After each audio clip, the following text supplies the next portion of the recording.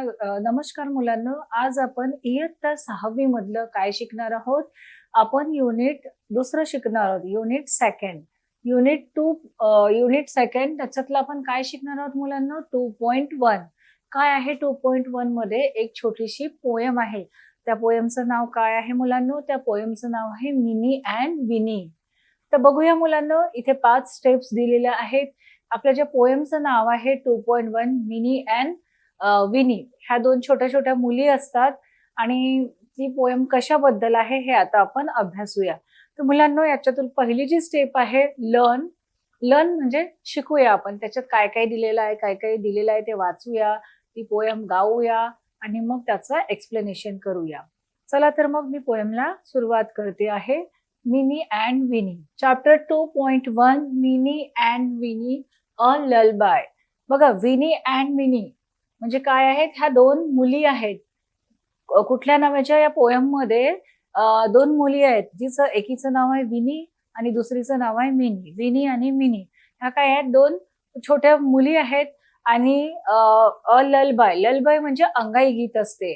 जेव्हा आपण लहान असतो, बाळाला झोपवायला जे अंगाई गीत गायलेलं जाते तेच हे अंगाई गीत आहे. हे आता कोणी लिहिले आहे ते आपण अभ्यासूया. कुठल्या लेखकाने लिहिलेलं आहे, कुठल्या पोएटने लिहिलेलं आहे आणि कशावर लिहिलेलं आहे ते आपण अभ्यासूया. बघा, तर बघा, ह्या सर्वप्रथम आपण मिनी अँड विनी याचं इंट्रोडक्शन म्हणजे याची प्रस्तावना काय आहे ते बघूया. मिनी अँड विनी ही छोटीशी पोयम आहे. अ ललबाय. ललबाय म्हणजे काय? अंगाई गीत. जसं आपण हिंदीमध्ये लल्ला लल्ला लोरी, दूध की कटोरी असं गाणं गातो, त्याचप्रमाणे आपण एक गाई गोठ्यात, बाळाला दूध दे वाटीत, अशा प्रकारची गाणी गातो. अजून कुठला आहे तिसरं? निमोनीच्या झाडामागे चंद्र झोपला ग बाई, अशी जे अंगाई गीत गातो. तर मराठीत ललबाईला अंगाई गीत म्हणतात. तर तशीच ही इंग्रजी मधली काय आहे? ललबाय म्हणजेच अंगाई गीत आहे, जे आपण अभ्यासणार आहोत. तर बघा मुलांनो, ही पोयम कोणी लिहिलेलं आहे याचं इंट्रोडक्शन बघूया. बघा, introduction. This is lullaby written by the famous poet Alfred Lord Tennyson. कोणी लिहिलेली आहे मुलांनो ही पोयम? अल्फ्रेड लॉर्ड टेनिसन यांनी लिहिलेली आहे. ललबाय म्हणजे LULLABY. ललबाय म्हणजेच अंगाई गीत. ललबाय म्हणजेच अंगाई गीत. This is a lullaby written by the famous poet. ही जी ललबाय आहे म्हणजेच अंगाई गीत आहे, हे जे फेमस पोएट आहेत त्यांचं नाव काय आहे? Alfred Lord Tennyson. काय नाव आहे? ज्यांनी पोयम लिहिली आहे त्यांचं नाव आहे अल्फ्रेड लॉर्ड टेनिसन. बघा, अ lullaby is a song or a poem sung to children to put them to sleep at night. A lullaby is a song. हे ललबाय म्हणजे हे काय आहे? ललबाय म्हणजे अंगाई गीत आहे. हे असं गाणं आहे जे छोट्या बाळाला, चिल्ड्रन म्हणजे जी लहान मुलं असतात त्यांना झोपवण्यासाठी हे गाणं गायलं जाते. बघा, तर मग बघूया काय दिलेलं आहे. बघा, याचं एक्सप्लेनेशन बघूया. पोयमचं मिनी अँड विनी. ते कशी सुंदर ललबाय आहे, खूप सुंदर असं अंगाई गीत आहे, जे कोणी लिहिलं? अल्फ्रेड टेनिसननी लिहिलेलं आहे. बघा काय आहे? Minnie and Winnie slept in a shell. काय लिहिलेलं आहे? Minnie and Winnie slept in a shell. बघा, इथे आपल्याला काय दिसतंय मुलांनो? हे एक सुंदर चित्र आहे. इथे आपल्याला मून दिसतो आहे, चंद्र दिसतो आहे आणि हे सगळे काय दिसत आहेत? स्टार्स दिसत आहेत, म्हणजे तारे दिसत आहेत. आपल्याला ह्या दोन मुली दिसत आहेत मुलांनो. ह्या दोन छोट्या मुली आहेत, आपल्याला दिसत आहेत. ह्या झोपलेल्या आहेत. ह्या मुली काय केलेल्या आहेत? ह्या झोपलेल्या आहेत. ह्याच्यातलं एक कोण आहे? ही मिनी आणि विनी. काय आपल्या पोयम मध्ये? Minnie and Winnie slept in a shell. Minnie and Winnie slept in a shell. बघा, मिनी आणि विनी कुठे झोपल्या? स्लेप्ट म्हणजे झोपलेल्या आहेत. SLEPT slept in a shell. Shell म्हणजे काय असते मुलांनो? शिंपले. जी समुद्राच्या किनाऱ्यावर आपल्याला काय मिळतात? शेल मिळतात ना, शंख, शिंपले. तर SHELL शेल म्हणजे शिंपले. शेल म्हणजे काय? शिंपले. बघा, Minnie and Winnie slept in a shell. Minnie आणि विनी कुठे झोपलेले आहेत? शेल म्हणजे शिंपल्यांच्या आतमध्ये. असं मोठं शिंपलं आहे आणि त्याच्या आतमध्ये मिनी अँड विनी झोपलेल्या आहेत. आता पुढची लाईन बघूया आपण.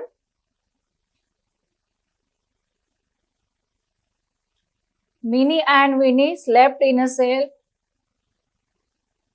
Sleep little ladies and they slept well. कसं गाऊया आपण? Sleep little ladies and they slept well. बघा, ह्या जो मिनी आणि विनी आहेत ह्या कुठे झोपलेल्या होत्या? ह्या एका शेल मध्ये झोपलेल्या होत्या, म्हणजे शिंपल्यांच्या आतमध्ये झोपलेल्या होत्या. Sleep little ladies. तर अल्फ्रेड टेनिसन जे आहेत, याचे जे पोएट आहेत म्हणजे जे कवी आहेत, त्यांनी काय म्हटलं? ह्या छोट्या मुलींना लिटल लेडीज म्हणून संबोधलेलं आहे. आता बघा, लेडीज, लिटल म्हणजेच काय मुलांना? छोट्या. लिटिल म्हणजे छोट्या किंवा लहान. लेडीज म्हणजे, लेडीज मोस्टली आपण स्त्रियांसाठी वापरतो, लेडीज. स्लीप म्हणजे झोपणे. Sleep little ladies. तर ह्या विनी आणि मिनी कुठे झोपलेल्या आहेत? ह्या शेल मध्ये झोपलेल्या आहेत. आणि स्लीप लिटिल लेडीज. आणि प्रेमाने त्यांनी, जे आपले कवी आहेत अल्फ्रेड टेनिसन, त्यांनी काय म्हटलंय यांना? लिटल लेडीज म्हणजे छोट्या छोट्या स्त्रिया. अँड दे स्लेप्ट वेल. आणि तशा त्या काय झोपल्या आहेत? छान सुंदर अशा झोपलेल्या आहेत, गाढ झोपेमध्ये आहेत. कुठे झोपलेल्या आहेत? त्या शेल मध्ये झोपलेल्या आहेत आणि खूप गाढ झोपेमध्ये आहेत. बघा, मग पुढची लाईन बघूया. Pink was the shell within silver without. Pink was the shell within silver without. तर बघा, हे जे शेल आहे, शेल म्हणजे काय? जे शिंपलं आहे ते कसं आहे? Pink was the shell within silver without. Pink म्हणजे कुठला कलर असतो मुलांनो? Pink, PINK, pink. पिंक म्हणजेच काय? गुलाबी रंग. पिंक म्हणजेच काय? गुलाबी रंग. तर इथे काय म्हटलेलं आहे? Pink was the shell within. हा जो शेल आहे, शेल म्हणजेच काय? जे शिंपलं आहे ते आतमधून त्याचं आवरण कसं आहे मुलांनो? आतमधून ते गुलाबी रंगाचं आहे, पिंक आहे. आणि सिल्वर विदाउट. आणि जे शेलच्या बाहेरचं जे आवरण आहे, बाहेरून कसं आहे? ते सिल्वर रंगाचं आहे, म्हणजे चंदेरी रंगाचं आहे. बघा, pink was the shell within. Within म्हणजे आतमध्ये. आतमध्ये म्हणजे शिंपल्याच्या आतमध्ये. पिंक म्हणजेच काय? गुलाबी. Pink was the shell within. म्हणजे हे जे शेल आहे, शिंपलं आहे, ते कसं आहे? आतमधून जे शेल आहे ते कुठल्या रंगाने आहे? ते पिंक कलरनी आहे, म्हणजे गुलाबी रंगाचं आहे. आणि सिल्वर विदाउट. सिल्वर म्हणजे चंदेरी. Silver with out. Silver without म्हणजे, विदाउट मीन्स हे इथे कवितेमध्ये याला बाहेर असं संबोधलं आहे. म्हणजे हे शेल कसं आहे मुलांना? सेल हे आतमधून पिंक रंगाचं आहे. आणि आतमध्ये शेलमध्ये कोण झोपलेले आहेत? मिनी आणि विनी ह्या दोघी मुली झोपलेल्या आहेत. त्या खूप गाढ झोपेत आहेत. आणि हे जे सेल आहे बाहेरून कसं आहे? सिल्वर रंगाचं आहे, चंदेरी रंगाचं आहे. आणि आतमधून ते पिंक रंगाचं आहे, म्हणजे आतमधून ते गुलाबी आहे. बघूया पुढे. पुढची लाईन काय आहे ती? Sounds of the great sea wandered about.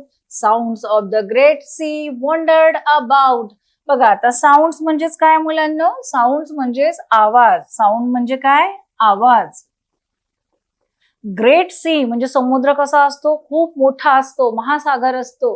Great म्हणजे खूप मोठा. सी म्हणजे काय? SEA, म्हणजे समुद्र. वंडर्ड म्हणजे, वंडर्ड अबाउट. वंडर्ड म्हणजे त्याच्या आतमध्ये खेळणे. Wandered about. बघा, sounds of the great sea wandered about. बघा मुलांना, काय असते? समुद्र असा अथांग असतो, खूप पसरलेला असतो. आणि रात्रीच्या वेळेस खूप शांतता असते. तर त्याच्या ज्या वेव्स असतात, वेव्स म्हणजे काय? त्याच्या ज्या लहरी असतात, त्या लहरी अशा उसळत असतात. आणि लहरी उसळल्यामुळे मुलांना काय? त्या लहरींचा एक सुंदर असा नाद असतो, असा सुंदर आवाज असतो. तर त्या लहरींचा म्हणजे ह्या समुद्रातल्या ज्या वेव्स आहेत, त्या लहरी आहेत, त्या अशा उसळताना रात्रीच्या अंधारामध्ये चांदण्यांच्या, म्हणजे वर आकाश आहे छान काळाभोर, तिथे सुंदर अशा चांदणे आहेत, मून आहे. आणि खाली एका शेलमध्ये काय आहे? दोन छोट्या मुली एका शेलमध्ये, शिंपल्यामध्ये छान झोपलेल्या आहेत. आणि त्या झोपलेल्या असून त्या लहरींचा आवाज काय होतोय? असं घुमतोय. वंडर्ड म्हणजे घुमणे. Wandered about. Sounds of the great sea wandered about. आणि त्या शेलमध्ये आजूबाजूला जो समुद्र आहे त्याचा आवाज असं काय होत आहे? वंडर्ड होत आहे, म्हणजे आवाज असं घुमत आहे. आणि हा आवाज कसा आहे? शांत आणि असं सौम्य आहे. या आवाजामुळे त्यांना अजूनच छान अशी सुंदर झोप लागलेली आहे. Echo on echo dies to the moon. Echo on echo dies to the moon. बघा, echo and echo dies to the moon म्हणजे जो हा सुंदर लहरींचा आवाज आहे बघा, इको अँड इको. तर काय होतो बघा, जर आपण एखाद्या उंच ठिकाणी गेलो, तुम्ही पर्वतावर गेलात तर काय होतो, असं बाहेर काय असतो, असं चौफेर असं उंचावर तुम्ही गेलात, पहाडीवर गेलात आणि जर तुम्ही असं आवाज दिला म्हणजे किंवा कोणाचं नाव घेतलं तर तो इको साऊंड येतो. म्हणजे जो आपण बोललेलो असतो तो आवाज असं त्या म्हणजे त्या वातावरणात असं घुमत असतो, वॉन्डर्ड होत असतो आणि तो आवाज पुन्हा आपल्याला रिटर्न ऐकायला येतो. म्हणजे तो आवाज काय होतो, इको अँड इको म्हणजे आवाज घुमत असतो बघा. Echo on echo dies to the moon. आणि हा जो लहरींचा जो घुमणारा आवाज आहे, डाईज टू द मून. आता बघा, मून काय आहे, चंद्र असतो आकाशात आणि खाली काय असते, म्हणजे खाली समुद्र आहे. त्या लहरींचा आवाज काय इको ऑन इको होत जातो, डाईज टू द मून. आणि तो चंद्रापर्यंत पोहोचत पर्यंत काय होतो, आवाज पूर्ण डाईज म्हणजे मरून जातो, कमी होऊन जातो. म्हणजे चंद्रापर्यंत तो आवाज पोहोचतच नाही. Eco on echo dies to the moon. हा जो इको अँड इको हा जो घुमणारा आवाज आहे, हा काय होतो, डाईज टू द मून म्हणजे चंद्रापर्यंत पोहोचतच नाही. तो त्या चंद्रापर्यंत जाईपर्यंत तो काय होतो, हळूहळू असं होत जातो. डाईज टू द मून म्हणजे चंद्रापर्यंत हा इको साऊंड पोहोचतच नाही. पोहोचता पोहोचता तो कमी होऊन जातो. पुढची लाईन बघूया. Two bright stars peeped into the cell. Two bright stars peeped into the cell. बघा इथे आता टू ब्राईट स्टार, ब्राईट म्हणजे चमकणारे असे, ब्राईट म्हणजे चमकणारे आणि स्टार्स म्हणजे काय मुलांनो, स्टार्स म्हणजे तारे. आता इथे टू म्हणजे काय, दोन. टू ब्राईट स्टार्स म्हणजे दोन असे चमकणारे, आकाशातले दोन असे चमकणारे तारे आहेत. पिप्ड, पिप्ड म्हणजे झाकून पाहणे, पिप्ड म्हणजे झाकून पाहणे. Peeped into the shell. Into the म्हणजे च्या आतमध्ये, इनटू म्हणजे च्या आतमध्ये. तर पोयम मध्ये काय सांगितलेलं आहे, अल्फ्रेड टेनिसननी काय सांगितलेलं आहे, कवीने काय सांगितलेलं आहे, two bright star peeped into the shell. Two bright star peeped into the shell म्हणजे आकाशातले हे जे दोन चमचमणारे तारे आहेत, जे स्टार्स आहेत, ते काय करतात, पिप्ड इनटू द सेल. ह्या छोट्या मुली कुठे झोपलेल्या आहेत, त्या शेल मध्ये झोपलेल्या आहेत, शिंपल्यांमधच्या आतमध्ये झोपलेल्या आहेत. हे जे छोटे तारे काय करतात, त्या शिंपल्याच्या आतमध्ये असं झाकून पाहतात. कोण, दोन जे स्टार्स आहेत त्या शिंपल्याच्या म्हणजे शेलच्या आतमध्ये पिप्ड म्हणजे असं झाकून पाहतात. आता पुढे बघूया. What are they dreaming of. What are they dreaming of? Who can tell? What are they dreaming of? Who can tell? म्हणजे बघा, ह्या ज्या मुली आपल्याला झोपलेल्या दिसतात, What are they dreaming of? Dream म्हणजे स्वप्न. ड्रीम म्हणजे काय होते, याचा अर्थ स्वप्न. ड्रीमिंग म्हणजे स्वप्न पाहणे. What are they dreaming of? आता ते कुठले स्वप्न पाहतात हे आपल्याला माहित नाही. Who can tell? ते आता कोण सांगेल आपल्याला. What are they dreaming of? ह्या खूप शांत आणि गाढ झोपलेल्या आहेत, खूप म्हणजे अशा म्हणजे खूप गाढ झोपेमध्ये आहेत आणि ह्या जे स्वप्न पाहतायत गाढ झोपेमधलं ते आपल्याला माहिती नाही. Who can tell? आणि ते आपल्याला कोण सांगेल आपल्याला. आता पुढचं बघूया. Started a green linnet out of the croft. Started a green linnet out of the croft. बघा इथे आता पहिले सर्वप्रथम आपण शब्दांचा अर्थ पाहूया. स्टार्टेड म्हणजे बाहेर पडणे. स्टार्टेड म्हणजे बाहेर पडणे. Started a green Lynette. Lynette हे एका पक्षाचं नाव आहे. हे काय आहे, लिनेट नावाचा एक पक्षी आहे. Out of the croft. Croft CROFT. Croft म्हणजे काय, एक छोटस फार्म असते, छोटस शेत असते, त्याला म्हणतात क्रॉफ्ट. क्रॉफ्ट म्हणजे काय, छोटस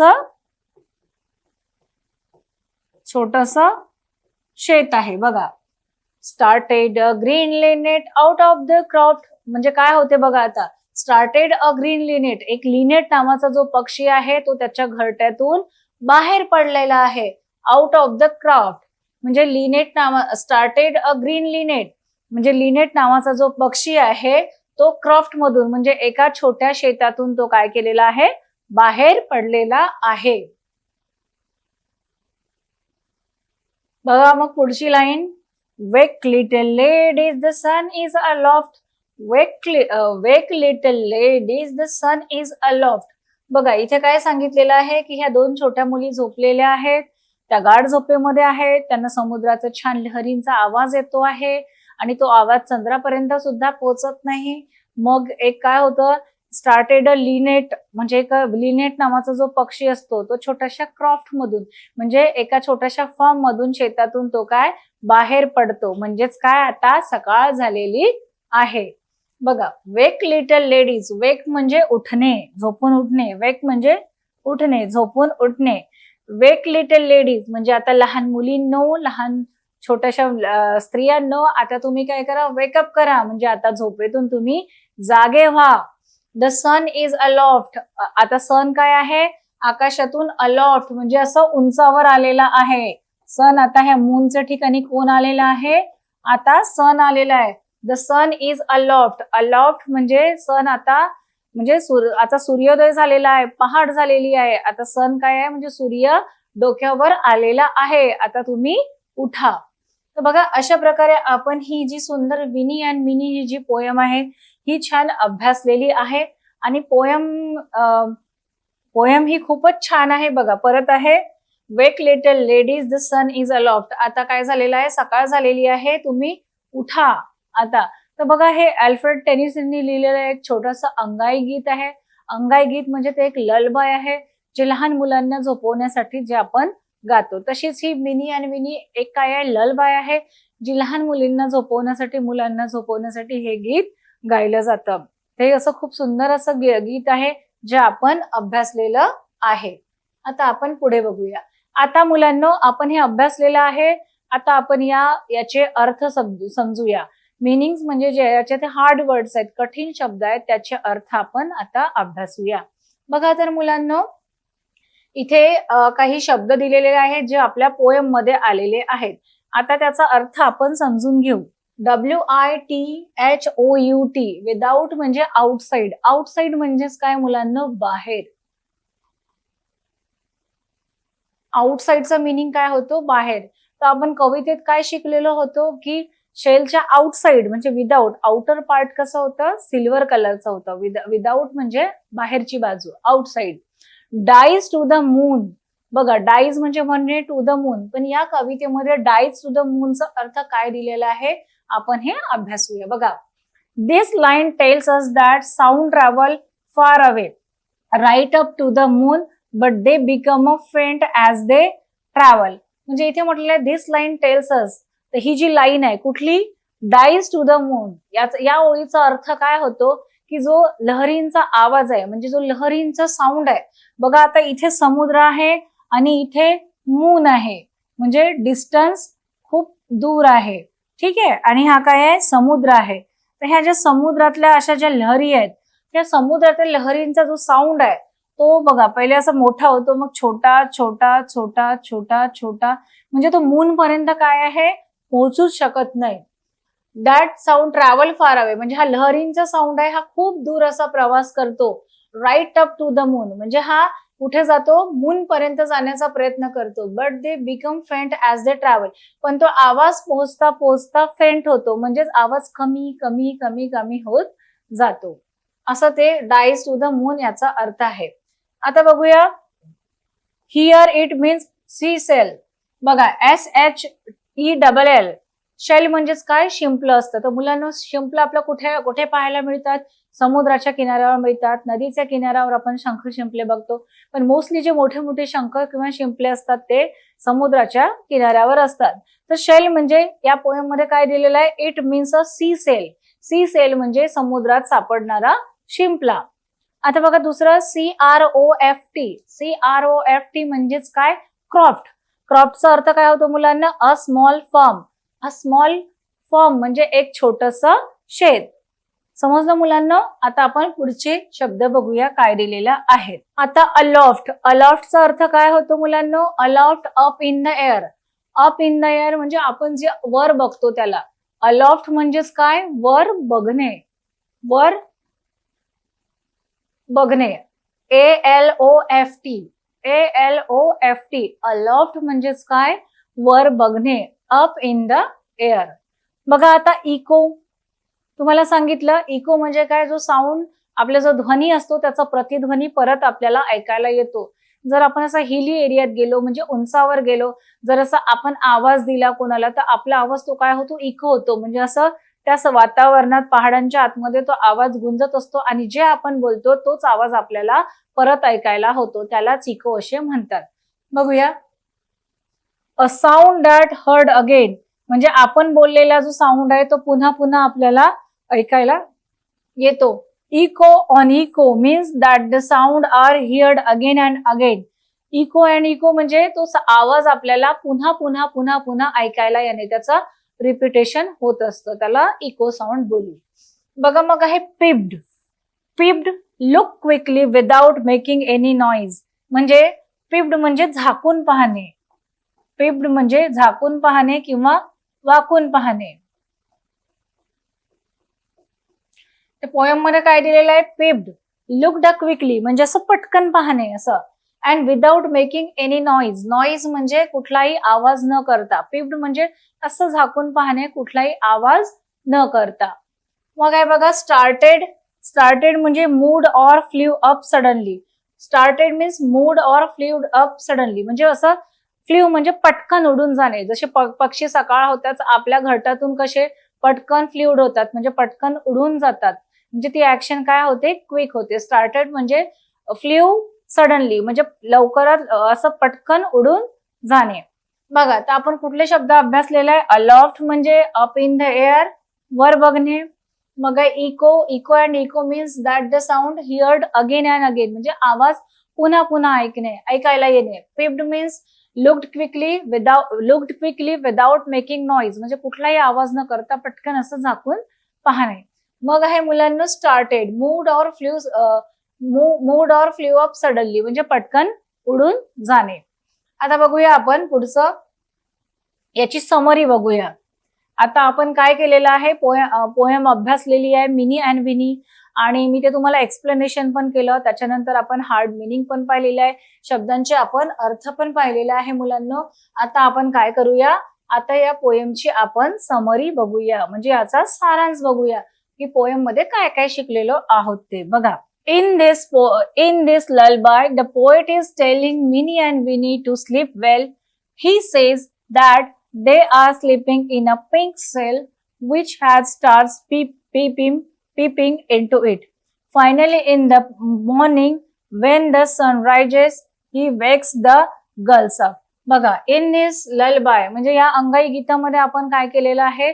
दोन मुली असतात. कुठल्या असतात? विनी अँड मिनी. तर त्या कुठे झोपलेल्या आहेत? त्या पिंक शेल मध्ये झोपलेल्या आहेत.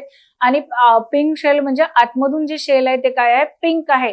आणि आउटर साइडनी ते काय आहे? चंदेरी म्हणजेच चंदेरी रंगाचा आहे म्हणजे सिल्वर रंगाचा आहे.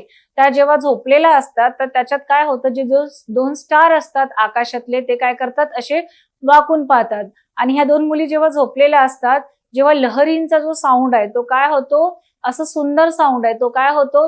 जो लहरींचा नाद आहे तो असा छान आवाज येत असतो आणि आवाज काय होत असतो? तो इको होत असतो म्हणजे ध्वनी प्रतिध्वनी येत असते. आणि हा जो लहरींचा आवाज आहे तो मून पर्यंत पोचता पोचता काय होतो? त्याचा आवाज असं स्लो स्लो स्लो म्हणजे कमी कमी फेंट होत जातो म्हणजे कमी कमी होत जातो. मग नंतर काय होते मुलांना की एका फार्म मधून एक लिटन नावाचा जो छोटासा बर्ड असतो तो आकाशात वर उडून जातो. मग हे जे कवी आहेत ते म्हणतात की मुलींनो आता तुम्ही उठा, आता तुम्ही रात्री गाढ झोपले आहेत, आता सकाळी उठण्याची वेळ झालेली आहे. Finally in the morning when the sun rises he wakes the girls up. आता बघा फायनली काय झालेली आहे? सकाळ झालेली आहे. पक्षी पण काय आकाशात उडून गेलेला आहे म्हणजेच आता सकाळ झालेली आहे. आता तुम्हाला काय करायचंय मुलांनो? वेकअप म्हणजे आता तुम्हाला उठायचं आहे. तर मुलांना आपण ही मिनी अँड विनी ही एक सुंदर ललबाय होती, म्हणजे एक अंगाई गीत होतं, ते छान आपण अभ्यासलेलं आहे आणि एक्सप्लेनेशन पण झालेलं आहे. आय होप तुम्हाला हे सगळं समजलं असेल.